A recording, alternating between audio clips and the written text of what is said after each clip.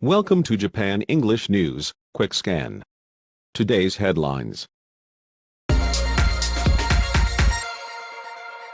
Allies watch for Kremlin attempt to justify Ukraine invasion. The U.S. issued some of its starkest, most detailed warnings yet about how a Russian invasion of Ukraine might unfold, and its Western allies went on high alert for any attempts by the Kremlin to create a false pretext for a new war in Europe. U.S. President Joe Biden sounded unusually dire Thursday, as he warned that Washington saw no signs of a promised Russian withdrawal, but instead saw more troops moving toward the border with Ukraine, indicating Moscow could invade within days. 90% of recent deaths from coronavirus involved patients aged 70+. Japan's health ministry says over 90% of the coronavirus deaths during the past week involved patients aged 70 and older. The ministry said municipalities nationwide reported 960 deaths due to the coronavirus during the week up to Tuesday. The ministry said 29.4% of the patients who died were aged 90 and older, while 43.2% of them were in their 80s. South Korea daily COVID-19 cases top 100,000, curfew eased ahead of election. South Korea's new daily COVID-19 cases topped 100,000 for the first time amid its Omicron outbreak, with authorities saying social distancing measures would be only slightly eased ahead of the March 9 presidential election.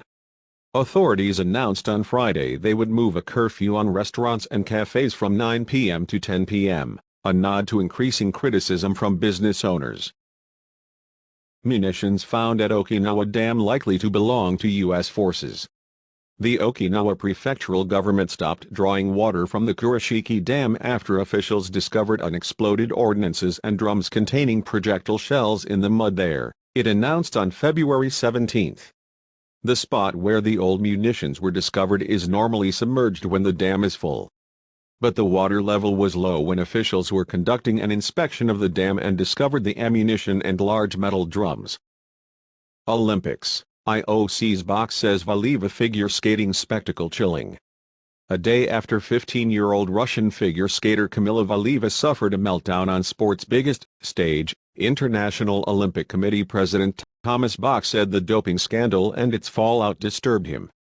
In his opening comments at a press conference held Friday to mark the nearing end of the Beijing Olympics, Bach said the way the Russian Olympic Committee skater was received by her entourage after exiting the ice following her disastrous free routine was chilling.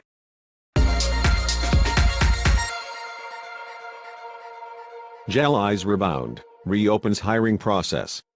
Japan Airlines is preparing for a rebound in air travel. After a 2-year hiring hiatus, the company is looking to recruit new graduates again. JAL put the freeze on almost all of its recruiting in the spring of 2020, but is now accepting job applications from prospective mechanics and flight attendants. The new employees would join in April 2023. But the number they hire is expected to be smaller than it was before the pandemic. Vice principal, teacher in Osaka accused of hiding confiscated cannabis from police. Police here sent papers on a private high school vice principal and teacher to public prosecutors on February 18 on suspicion of hiding cannabis confiscated from a student without reporting it to the authorities.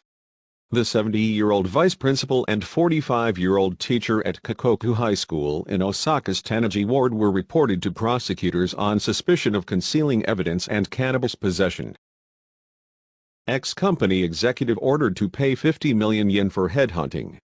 The Tokyo District Court ordered a former consulting company executive to pay 50 million yen for luring his former subordinates to a rival firm he moved to, saying he violated his previous employer's bylaws against headhunting. In its ruling issued on February 16, the court called the headhunting a treacherous act that cannot be justified in light of social norms. NBA, Washington's Rui Hachimura goes for 20 in win over Brooklyn. Rui Hachimura broke the 20-point mark for the first time this season in a 117-103 win on Thursday for his Washington Wizards over the reeling Brooklyn Nets. Hachimura scored 20 points on 8 for 15 shooting at the Barclays Center in Brooklyn, making both three-point shots he attempted in the victory. Thank you for listening. See you tomorrow.